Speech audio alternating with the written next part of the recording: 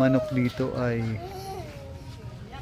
naghahapunan na sa dumadapo na sa punong kahoy. Mga native na manok yan dito sa bahay, bakuran ng kaibigan ko. Yung mga manok. Ayan.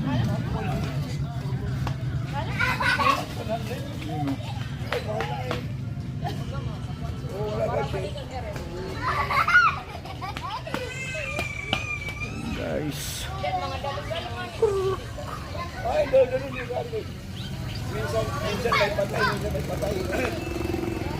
guys, native na manok, sarap yan.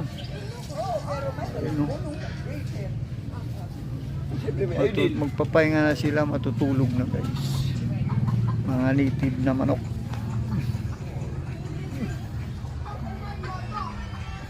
Kita ko habang nagduduyan, bigla silang nagsiakyata na sa puno.